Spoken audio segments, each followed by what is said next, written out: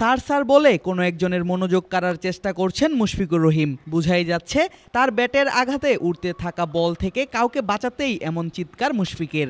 পরবর্তীতে দেখা গেল স্যার বলে সম্বোধন করে মুশফিক যাকে ডাকছেন তিনি কোচ মিজানুর রহমান বাবুল, যার অধীনেই NCL T20 খেলছে ঢাকা ডিভিশন।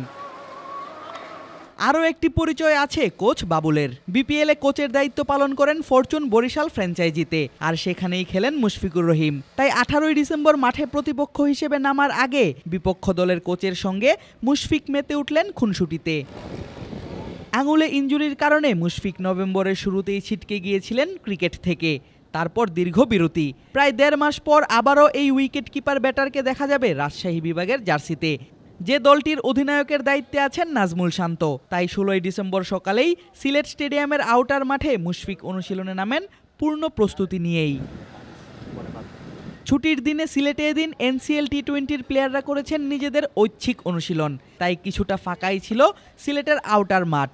তবে এদিন প্রথমবার অনুশীলনে নেমেই মারমার কাট শট খেলার চেষ্টা করেননি মুশফিক।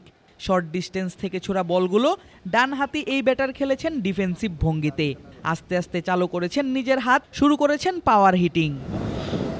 ডিফেন্সিভ মোডে কিছুক্ষণ খেলার পরেই মুশফিক ফিরে আসেন নিজের পুরনো রূপে, পুরনো ছন্দে। হাঁকাতে থাকেন একের পর এক drive, cover drive, lofted shot. কিছু শট পার করেন মাঝ মাঠের সীমানা। ম্যাচ সিনারিওতে কল্পনা করলে যেগুলো নিশ্চিতভাবেই পার করত বাউন্ডারি লাইন।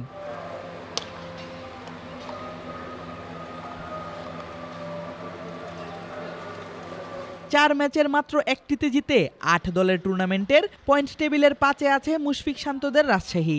আগামী 17ই ডিসেম্বর তারা মাঠে নামবে চট্টগ্রাম বিভাগের বিপক্ষে। যদিও চট্টগ্রামে খেলতে দেখা যাবে না তামিম ইকবালকে। 18ই ডিসেম্বর রাজশাহী খেলবে ঢাকা বিভাগের বিপক্ষে। গ্রুপ পর্বের শেষ ম্যাচে দলটির প্রতিপক্ষ স্বাগতিক সিলেট বিভাগ। আদিব আশরাফ, ক্রিক ফ্রেঞ্জি।